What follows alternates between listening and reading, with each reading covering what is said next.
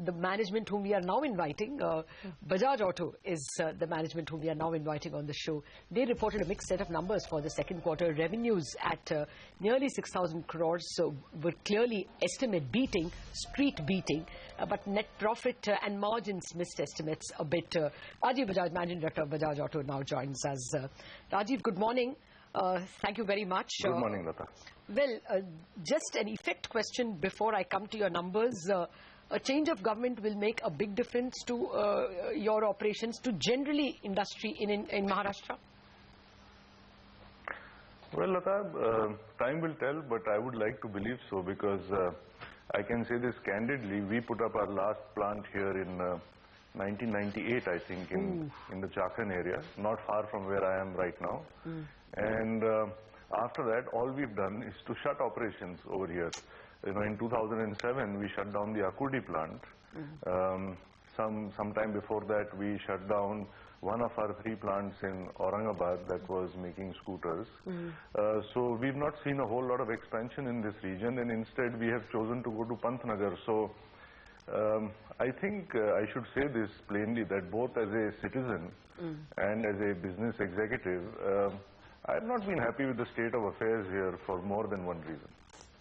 Okay, that's a very candid observation. Rajiv, hi, good morning. Let's talk about your earnings this time around. It's been a great quarter for you as far as exports are concerned, but domestically things have not improved much. So first, just talking about exports, how much of this run rate is sustainable, you think? You did about, what, 5 lakh units in this quarter. How are things looking for the next couple of quarters? Yeah, I believe it's the first quarter we did a little more than 500,000 vehicles, and that came in strongly on account of both motorcycles and 3-wheelers. That was good. 2,700 crores of exports in the quarter, the highest ever for us. And I can tell you the export EBITDA is in the high 20s, thanks partly to the rupee. So that's a very nice picture. In terms of sustainability, as of now, everything looks good, I have to say. I mean, October looks good in terms of what we are shipping out. Orders for November look promising. But I will say this, that in the last quarter, everything just went right, you know. I mean, whether it was Sri Lanka, Bangladesh, Egypt, Nigeria, you know, Colombia, all these markets, one or two of which always play truant, you know, they were all true to form. So I am just keeping my fingers crossed that if that continues to be the state of affairs, then definitely this rate is not only sustainable, we'll be able to build on it, because in the last 5 or 6 months, we have entered with some success markets in Argentina, in Mexico.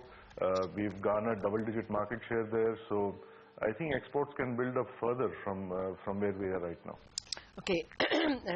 Rajiv, just to complete this export argument, actually the rupee has appreciated versus a lot of rival currencies, trading partners, other than the dollar itself, against which it has been stable. You don't find any currency challenge at all just now, or anything lurking, say, when you look at the forwards? No, as of now, we don't. Both in terms of what's happening in the markets, in our export markets, we don't. Fortunately for us, competitors out of India are not exporting too much. So they are not really bringing the weakness of the rupee to bear upon pricing. And therefore, that's not putting pressure on us. So we have no back pressure from the markets. And in terms of our own forex management, I can share this with you that in the first half of this year, we've realized around 61 rupees to a dollar approximately. Whereas for next year, we have already hedged, I believe, close to 60% or so of our requirement at over 63 rupees to a dollar. So we are covered to that extent. You can imagine 2 rupees more is about, say, 3.5%, and with export becoming almost 50% of our sales, that itself would pick up the EBITDA by 1.5% next year, unless we were for some reason compelled to pass it on. Okay, fair enough. Let's talk about the domestic side of the business, Rajiv. You know, we were just speaking with Siddharth Lal a while back, and he told us that because of the increasing per capita income, rising aspirations, the premium side of the motorcycle market is seeing some renewed enthusiasm. Your own Pulsar franchise has actually underperformed the premium motorcycle segment. How are you planning to capitalize on this growth? Will there be new variants of the Pulsar that you will launch? Will there be any other new products in the premium side of the market that you're looking at? Well, let me tell you this first. Siddharth's a very, very close friend, so I can be very candid about commenting on what he said as well. I always pull his leg telling him that it's a bit odd that both his motorcycle as well as our Avenger, which is a sort of cruiser at 220cc, have seen a huge growth in the last 4 years. And I've been asking myself why this is so, because the management is the same, the brand is the same, the quality is the same, the price has only become higher. So what has changed in the marketplace? And I think what has changed in the marketplace more than what people can afford to spend is the fact that in the last 4 or 5 years we have Harley Davidson in the marketplace. And I think there's a lot of people out there who are salivating looking at Harley and buying a Royal Enfield and an Avenger. So I think we can be a little humble about that and say thank you to Anup Prakash for what he's doing for us. But that aside, the new Pulsars are doing very well actually. You're quite right to point out that in the second quarter, it looks like we have underperformed, or we have in terms of numbers underperformed the industry a bit, but it is purely because of a stock correction. And if you look at what has happened since September, that has come back nicely. In fact, the Pulsar market share is back to about 45-46% in September, which is pretty much close to a 2-year high. The new Pulsars are well received, the new communication is well received. So in fact, we feel very confident about the Pulsar going forward. So there's no issue as far as the sports segment is concerned. I wanted to come back with a question on Avenger, Rajiv, but we have to defer to our viewers. Now our viewers also can put questions to you, and I'm just reading out one question we got. There is a Shraddha who has written to us from Nagpur. She is asking, how is the festive season demand looking like? The festive season has been somewhat lukewarm, I have to say. If I compare sales through the Navratras, including Dussehra, with the similar period of last year, then we've had a mild positive. And I believe the industry is quite flat, or at best just a wee bit positive. So unfortunately, so far, not so much to cheer as far as the motorcycle industry is concerned this festive. So for the motorcycle segment itself, Rajiv, I mean, the crude reality is that your market share continues to fall. I mean, this time I think it's sub 17%, and it's gone down about 150 basis points on a year-on-year basis. Do you think that you would continue to see a falling market share until perhaps, some of your new products like Discover sort of attain success? Because even over there, it's still just festive season demand that we're seeing. Yeah. Let me put some facts before you. We finished last year with a 20% market share, as is well known, which was lower than the year before that. When we were to introduce the new Discover, upon which we placed a lot of hope, the new Discover 150, which was started off production in July, we cleared out stocks both at our end and at the dealerships. So what we have seen actually is the fall of market share to 18% in the first quarter, and these are SIAM figures, so billing figures from company to dealer. 15% or a little more than that each in July and August, and quickly back to 19% in September. So I think the days of 15% and 17% market share in the domestic market are over for Bajaj. I have no doubt about that, because with the Discover 150, we don't just have a new product in the marketplace. We have a new position in the marketplace of a 150cc commuter, and nobody else has that. So whoever wants to buy a commuter motorcycle that is 150cc has to come to us. 28,000 such people came to us in September. We've sold 50,000 vehicles in the first 2 months since launch. I think, and 70% of that at an ex-showroom price of 59,000 rupees. So, you don't sell so many motorcycles at that price unless you hit a sweet spot somewhere in some niche of the market. So I think it would be safe to say that we are in the neighborhood of 20% market share again. Having said that, we need to get back to the 25% where we used to be till 18 months ago. And what we have done, basis our learnings of the Discover 150, which we think are bearing out now in the marketplace, is to plan 2 more launches in the next 4 months. I think with that, my own projection would be by June next year, we will recover all the lost market share while maintaining a 20% EBITDA. More interesting to talk about launches and positioning and strategy, Rajiv, but I have to ask you some of the more bread and butter mundane questions. Margins. Commodity prices are crashing. Are you going to do much better on margins in the second half?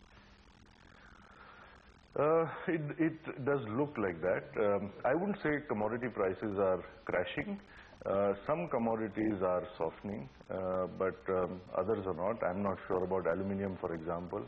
Also in our case, the more we sell, for example, of the premium motorcycles like KTM, which is now also grown to a large number for us, a total of 6,000-7,000 a month. The Pulsars are looking like they will clock more than 60,000-65,000 a month. So we have a lot of import content, especially in terms of alloy wheels, etc., that come from China. So with the rupee being at 61, 62, that pinches a bit. So certainly, if at all, it is neutral to positive in terms of outlook, I would say, not negative. But I wouldn't say that commodity prices are crashing, and I won't go that far. You said 2 launches that you have planned in the next 4 months. Did I get that correct? And if yes, what are the brands? Is it going to be a Discover, a Pulsar? Are you looking at something fresh? No, it will be a new Platina and a new Discover in the next 4 months to bring us back to that 25%. But of course, once we come back there, and I don't want to get too far ahead of myself here, but once that has been done, yes, we must think of something bigger, something more innovative to get to the 30-32% market share that we need to be at if we are to be the biggest motorcycle maker in the world. And I think we have a very clever idea for that, but we'll talk about that on 1st of April next year. Oh, come on, Rajiv. Don't leave us like tantalizingly waiting for 6 months more. 1st of April is a great day to talk about this. No, it's not. It's All Fools' Day, so we're not going to take your word for that. No, Rajiv, on a more serious note, you referred to Siddharth and the hunger for a certain kind of bikes, higher value-added bikes, and your own Avenger doing very well over there. Do we see Bajaj building on that, repositioning 1 year down the line? Would your positioning be quite different from where, or at least seriously tweaked from where you are now? Will you be in a much bigger bike space, in a much larger number? I have to say that I have no doubt we will be. This does not mean that we are going anywhere near Royal Enfield's territory. I mean, full marks to Siddharth for what he's achieved. It's extraordinary. And if there's one thing I must learn from him, it is this, that, you stay where you are and work with what you have.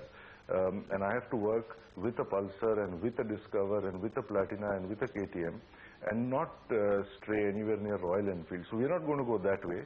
But it's very clear, when we look at opportunities for growth in the domestic market, exports aside, simplistically we have 2 options.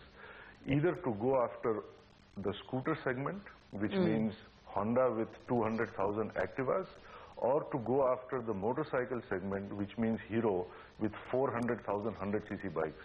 Right. There is no virtue to chasing a stronger competitor. So obviously we are going to go after Hero and 400,000 100cc bikes. Okay, so let me ask you about what you do best and how that's doing. Purushottam Das is a viewer. He's written to us from Bhubaneswar, and he asks you, what is the expected run rate for the new Discover 150cc? Basically, how is it doing? I think you sold about 28,000 in September, but is that something that you think could sustain? Purushottamji, it's very hard to say, because we're just ramping up production, and there is some opacity because of festive demand. So we can't tell exactly what steady state demand would be. But if I go by past trends, and try and kind of extrapolate out of that. I think it would be safe to say that steady state demand will be between 20 and 30,000 units a month. I know that's a kind of a pretty wide estimate, but it's hard to be more accurate than that at this time. All right, Rajiv, we have to leave it at that. We have more questions, but we're out of time. Thank you very much for joining us, and don't keep us waiting till April 1st. Thank you, Lata.